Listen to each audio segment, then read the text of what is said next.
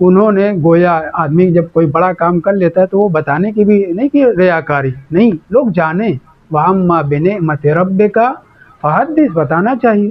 تو انہوں نے بیان کیا، ایک جگہ پہنچے جہاں پر بہت سے پڑھے لکھے لوگ، بہت سے شعراء موجود تھے۔ انہوں نے کہا کہ میں نے یہ دیوان اکٹھا کیا ہے اور سید حمیری کا کوئی کلام میری دانش میں کہیں موجود نہیں ہے کہ جس کو میں نے اس میں نہ نظم کیا ہو۔ وہیں پہ ایک جاہل، پڑھا لکھا نہیں، ایک جاہل تھا، اس نے کہا سرسری طور پہ دیکھا یا کیا کیا نہیں معلوم، اس نے 3 قصیدے زبانی پڑھے اور تینوں قصیدے ان کے 23,000 میں نہیں تھے۔ تو آپ اس سے اندازہ کریے کہ سید حمیری نے کتنے قصیدے کہے، ہم تک بہت کم پہنچا ہے، بہت کم پہنچا ہے۔ اشعر الناس تھے، سب سے بڑے شاعر۔ امام صادق علیہ السلام نے جھجھوڑا ایک جملے کے ذریعے کہ سید جو ہے گمراہوں میں سے ہیں، ان کو بہت برا لگا، امام کی خدمت میں پہنچے اور پھر اس کے بعد امام نے جو ان کا نظریہ تھا محمد حنفیہ کے سلسلے میں، تو اس کو بدلنے کے لیے امام سے گفتگو ہوئی اور پھر اس کے بعد انہیں زبردست قصیدے گئے اور اس کے بعد وہ اثنا عشری ہو گئے اور معصومین علیہ السلام کے سلسلے میں بے پناہ قصیدہ کہنا شروع کیا۔ تو سید حمیری کا 23,000 یا 2300 اگر گڑبڑ نہیں، شاید 23,000 ہے، 23,000 قصائد و سلام و مرثیہ اور نظم کو اکٹھا کرنے والا آدمی جب پہنچا کسی بزم میں دور، تو وہاں پہ ایک جاہل نے اس کو جو قصیدے سید حمیری کے یاد تھے، 3 قصیدے ایسے پڑھے جو اس میں جمع نہیں تھے۔ لکھنے والے نے یہ احساس کیا کہ یہ تو ایک جاہل کے پاس 3 قصیدہ، پتہ نہیں کتنے لوگ کہاں کتنے لوگ ہوں گے جن کے پاس بہت سے قصیدے ہو گئے۔ انہوں نے گھٹنے ٹیک دیے کہ سید حمیری کے 23,000 قصائد و مرثیہ وغیرہ جمع کرنے کے باوجود میں اعتراف کر رہا ہوں کہ میں آخر تک نہیں پہنچا ہوں، کتنے قصائد کہے ہوں گے۔ اب بات آ گئی ہے تو ایک بات اور بھی ضمناً، فرزدق، ابو فراس نام تھا، فرزدق اپنا تخلص رکھتے تھے، بہت کچھ اشعار کہے ہیں، اور وہ جو امام سجاد علیہ السلام کے دفاع میں فی البدی، نہیں کہ پہلے سے کہے ہوئے ہیں، نہیں، فی البدی، جو ھذا الذی تعرف البتہ وطأتہ والحل یعرفہ والحرم والبیت، کہ والبیت والحرم، جو عبارت لفظ استعمال ہوئی ہے، کیا وطأ کہتے ہیں پیر کے کچلنے اور پڑنے کو۔ یہ وہ ذات ہے جس کے حرم اور حل اور خانہ کعبہ کے اطراف کی ساری زمینیں ان کے قدم کو پہچانتی ہیں، اور پورا قصیدہ آپ برابر۔ تو فرزدق بڑی عمر پائی ہے، انہوں نے کئی اماموں کا دیدار کیا ہے۔ جناب ظاہراً امیر المومنین سے شروع کریے، امام حسین السلام سے راستے میں ملے تھے کربلا کے، پھر اس کے بعد امام سجاد کا پورا زمانہ دیکھا ہے 34 سال، پھر آخری مرحلے میں جس وقت وہ ہشام بن حکم آیا تھا، اس نے جو ہے کہہ دیا تھا میں ان کو نہیں پہچانتا، تو اس کے بعد بھی 20 سال زندہ رہے، بعض نے 12 لکھا ہے، بعض نے 20۔ ان کی بیوی کا نام نور تھا، فرزدق کی بیوی کا نام نور تھا، مولائی تھی، چاہنے والی تھی، فرزدق کے اعمال و کردار سے بھی واقف تھی، لہذا وہ ظاہراً ٹوکتی رہتی تھی کہ کچھ کریں۔ جب وہ اس کے حالت احتضار کا وقت آیا، کس کا؟ نور کے، یعنی زوجہ بڑھیا ہو چکی تھی فرزدق کی بیوی، جب اس کے وقت آیا مرنے کے قریب تھی، حالت احتضار میں تھی، تو فرزدق بڑی خدمت کر رہے تھے اپنی بڑھیا کی، خود بہت زیادہ بوڑھے ہو چکے تھے۔ تو اس نے ایک مرتبہ حالت احتضار میں فرزدق سے کہا کہ یہ جو میں آج جا رہی ہوں، وہ تو مطمئن تھی، ماذا اعددت لہذا اليوم یا ابا فراس، تم نے آج کے لیے کیا جمع کر رکھا ہے؟ کون؟ نور کہہ رہی ہے اپنے شوہر فرزدق سے، نام نہیں لے رہی ہے، ابو فراس جو کنیت یا نام تھا، مجھے اس وقت شبہ ہو گیا کہ نام فرزدق تھا یا ابو فراس کنیت تھی، بہرحال ماذا اعددت لہذا اليوم یا ابا فراس، آج کے دن کے لیے تم نے کیا جمع کر رکھا ہے؟ زوجہ بہتر جانتی ہے اپنے شوہر کے بارے میں۔ تو جناب فرزدق نے جواب دیا، میرے پاس تو کچھ نہیں ہے، بس ایک چیز ہے، شہادت ان لا الہ الا اللہ منذ 80، یعنی 80 سال سے زیادہ کے ہو چکے تھے۔ فرزدق جس وقت ان کی زوجہ اس دنیا سے بڑھیا رخصت ہو رہی تھی، اس سے کہہ رہے ہیں کہ میرے پاس تو کوئی عمل نہیں ہے، پتہ نہیں پیتے تھے یا نہیں پیتے تھے، لیکن سید حمیری کے لیے تو ملتا ہے، حتیٰ جناب دیول کے لیے بھی بعض نے لکھ دیا، پتہ نہیں کہاں تک صحیح ہے۔ بہرحال شعراء مشکلات کا شکار رہے ہیں، فرزدق کے لیے معلوم میں نہیں جانتا، ظاہراً ان کے اندر بھی یہ خامی پائی جاتی تھی۔ بہرحال تو وہ استغفار کر کے لوگ اس دنیا سے گئے ہیں، اور پھر معصومین کی ایسی مدح، وہ بھی کس کے سامنے؟ سلطان جبار کے سامنے، تو اس سے بڑا جہاد اور مجاہدت نہیں ہو سکتی۔ فرزدق نے کہا کہ شہادت ان لا الہ الا اللہ منذ 80، یعنی 80 سنہ، 80 سال سے میرے پاس صرف لا الہ الا اللہ ہے۔ لیکن فرزدق چاہتے تو اور بھی جواب دے سکتے تھے، کیوں؟ کیونکہ امام سجاد علیہ السلام نے جو پیسہ بھیجا تھا 12,000 یا 20,000، وہ کہہ دیا تھا کہ یہ تمہاری زندگی کے لیے، انہوں نے واپس کر دیا تھا، مولا میں نے آپ کی محبت میں، اہل بیت طاہرین کی محبت میں، رسول اسلام کی محبت میں آپ کی تعریف یہ کی ہے اشعار کے ذریعے سے۔ امام نے پھر واپس کیا کہ نہیں، تمہاری زندگی کے لیے لازم ہے، اور جو ہم چیز دے دیتے ہیں وہ واپس نہیں لیتے۔ فرزدق کا یہ فقرہ امام سجاد علیہ السلام کا کہ نہیں یہ تمہارے کام آئے گا، یہ دنیاوی مال کے اعتبار سے بات ہو رہی ہے، اور پھر اس کے بعد 12 سال یا 20 سال تک جو امام نے 20,000 درہم یا 12,000 درہم تھا ایک سال کے خرچ کے اعتبار سے، تو 12 سال یا 20 سال اس کے بعد بھی زندہ رہے ہیں۔ تو فرزدق کیا کہنے ہیں اپنی زوجہ سے کہ میرے پاس تو کچھ نہیں ہے، لیکن ہم فرزدق سے کہیں گے سلام اللہ علیکہ، آپ کے اوپر اللہ کا سلام ہو، آپ ایسے نروس نہ ہوں کہ صرف لا الہ الا اللہ آپ کے پاس ہے۔ آپ نے ایسی تعریف کی ہے امام سجاد علیہ السلام کی کہ آپ کے لیے نہ جانے کتنے گھر جنت میں ہوں گے، اور آپ 4 جوتا بھی اگر کھانا پڑے تو کھانے کے بعد تو آپ مولائی تھے، اہل بیت کے چاہنے والے تھے، پوری عمر آپ نے خدمت کی، اشعار کہیں تو آپ کو ایسے نروس نہیں ہونا چاہیے، یقیناً آپ جنتی ہیں، لا شک ولا ریب۔ اب ایک بات اور اس کے بعد آپ لوگوں کی زحمت ختم کروں گا، یہی باب توسی پہ، نہیں جانتا جہاں جناب شیخ توسی دفن ہے اسی میں یا اس کے بغل میں جو بحر العلوم صاحب کی قبر وغیرہ ہے وہاں پہ، یا یہیں کسی علاقے میں ایک ہمارا منسوب ہماری طرف خبیث دفن ہوا ہے، جس کو مشہور ہے کہ تیمور لنگ کہا جاتا ہے، لنگڑا تھا، مگر اپنے زمانے کے علماء سے اس کی بڑی نوک جھوک رہتی تھی، اور مجتہدین کو نظر میں نہیں لاتا تھا، مجتہدین کو ان سے بھی بھڑ جاتا تھا، اور وہ خود کہتا تھا کہ میں خود مجتہد ہوں۔ تیمور لنگ خباثت بہت تھی، بعض اچھے کام بھی کیے ہوں گے، جیسے نادر شاہ درانی نے مولا کا روضہ بنوایا اور سب، لیکن جو قتل و غارت کیا ہے وہ سب تھوڑی معاف کیا جائے گا۔ بہرحال تیمور لنگ ہماری طرف منسوب ہے، لیکن ہم کہتے ہیں کہ وہ سرکاری مذہب والا تھا، وہ بھڑ گیا، اب نہیں معلوم یہاں کے علماء سے، نجف کے علماء سے بھڑ گیا کہیں پہ، سیدھے اس نے کہا میں مجتہد ہوں، آیات قرآنی سے میں استنباط کر سکتا ہوں، ایسا بھی مجتہد گزرا ہے کہ آیات قرآنی سے میں استنباط کر سکتا ہوں، مجھے مطلب علماء کی ضرورت نہیں، ان کی اجتہاد کی ضرورت نہیں۔ اور اس خباثت نے، اس علمی غرور نے اسے کہیں کا نہیں چھوڑا۔ توجہ کریں، کیوں اس نے یہ کہا کہ میں قرآن کی آیات سے احکام کا استنباط کر سکتا ہوں، جبکہ 5ویں امام کی، 6 امام کی، دیگر اماموں کی، 6 امام کی خاص طور سے روایت موجود ہے، امیر المومنین کی روایت موجود ہے، وہ آدمی استنباط صحیح طریقے سے کر ہی نہیں سکتا جو قرآن کی آیت میں ناسخ، منسوخ، مجمل، مبین، مطلق، مقید، عام، خاص، محکم، متشابہ وغیرہ کو نہ جانتا ہوں۔ ہمارے علماء مجتہدین یہ سب بارہا پڑھ کر کے تب استنباط احکام کرتے ہیں، ورنہ ایسے بھی مجتہد ہو جائیں گے، یہ سب چیزیں نہ جانیں اور پھر جیل میں ڈال دیے جائیں۔ توجہ کر رہے ہیں، امام امیر المومنین کیا کہہ رہے ہیں کہ جو ناسخ ہو، منسوخ ہو، عام ہو، خاص وغیرہ وغیرہ کی معرفت نہیں رکھے گا وہ استنباط نہیں کر سکتا۔ اور یہ ابو حنیفہ امام کی خدمت میں پہنچا تھا، جب میں نے سنا ہے کہ تم فقیہ ہو، اہل عراق ہو، بولے ہاں میں اہل عراق کا فقیہ ہوں، یہی دفن ہے بغداد میں۔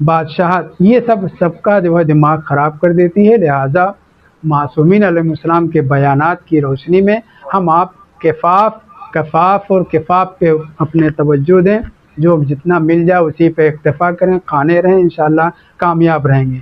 اس بدبخت نے، تیمورلنگ نے حملہ کیا کسی شہر کو قبضہ کرنے کے لیے، وہاں اس کا جوان بیٹا مارا گیا، اور جو قاتل تھا وہ بھاگ کر کے شہر میں چلا گیا، لشکر تھا۔ اتنا غصہ اسے آیا، اتنا غصہ اس کو آیا کہ اس نے کیا کیا، پورے شہر کو اپنی فوج کے ذریعے سے گھروا دیا، پورا شہر، اور مار دھاڑ شروع کی، یہاں تک کہ وسط شہر میں جب پہنچا اور اسے پتہ چلا کہ تمہارے بیٹے کا قاتل فلاں ہے، اس کو گرفتار کر کے اپنے ہاتھوں سے ذبح کیا۔ روایت کا میں فارسی عبارت لکھے ہوئے ہوں، مجتہد تھا، علماء سے الجھ جاتا تھا کہ میں خود استنباط کر سکتا ہوں، مجھے میرے نگاہوں کے سامنے ہے۔ ایسا مجتہد جب غصہ ہوا اپنے بیٹے کے قاتل کے لیے، تو روایت کا فقرہ ہے، پورے شہر کو تہس نہس کرنے کے بعد، اپنے بیٹے کے قاتل کو ذبح کرنے کے بعد، جو خون اچھل رہا تھا گردن سے، اس کے اوپر منہ رکھ دیا اور خون پی گیا۔ ایسے بھی مجتہد ہمارے اسلام میں گزرے ہیں، میں کہوں گا اسلام میں، یہیں نجف میں کہیں دفن ہے۔ میں نے بتایا کہ شیخ طوسی کے آس پاس کہیں دفن ہے، قبر کا معلوم ظاہراً نشان نہیں ہے۔ تو مجتہد ہر قسم کے ہو سکتے ہیں، ایسے بھی مجتہد کی جو حافظ قرآن دونوں طرف سے ہے، مجتہد بھی ہے، حکم شرعی کو علماء کا نہیں مانتا تھا، خود اجتہاد کرتا تھا، اور اسے جوش کہہ رہا ہوں، غصے میں اپنے بیٹے کے قاتل کو ذبح کرنے کے بعد باقاعدہ مکید کا لفظ استعمال کیا اور خورد بھی کلمہ استعمال کیا، اس جوان کو جس نے اس کے بیٹے کو مارا تھا قتل کیا، قتل کرنے کے بعد اس کا خون پی گیا۔ عزیزان محترم، مسائل پڑھنا ہے نا جی، صلی اللہ علیہ محمد گفتگو طولانی ہو گئی، معذرت۔ جناب امیر المومنین علیہ السلام بہت سی جنگوں میں بہت سی جنگوں میں سپر لے کر کے جاتے تھے، ڈھال لے کر کے جاتے تھے، جسے عربی میں جنہ کہتے ہیں۔